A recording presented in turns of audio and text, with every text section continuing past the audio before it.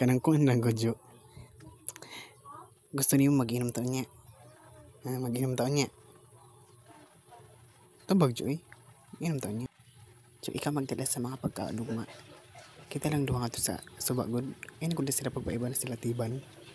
Nakainom pa ba ko itong una nato nga date. Ito na nga to sa klaber. Di ba nakita po ka to gwapo? Pero mas gwapo ko ato Liz. Gutom man siguro ni si Joy. Gutom ka Jo. Sama ka Jo. Ano sige magagtanaw-tanaw Jo. Kanang mag-date undot ta. Kita lang tano ha. Ayaw na pag-uban-ubanan ng mga lalaki dira. Kita rin ha ba kay ako na magpalitanan sa ato igugma tabaya ka. Pag di na sila magyapon na itabang sa ato mag-date. Kita lang duha. Kita ang langit nag-uwa na baya.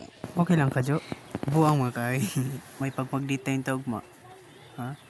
Isa Lunes klase na raban ninyo. Uy. Okay pa kayo eh. Kusog na kayong uwan oh. Mabasad po tong motor. Naon sa maka Jo.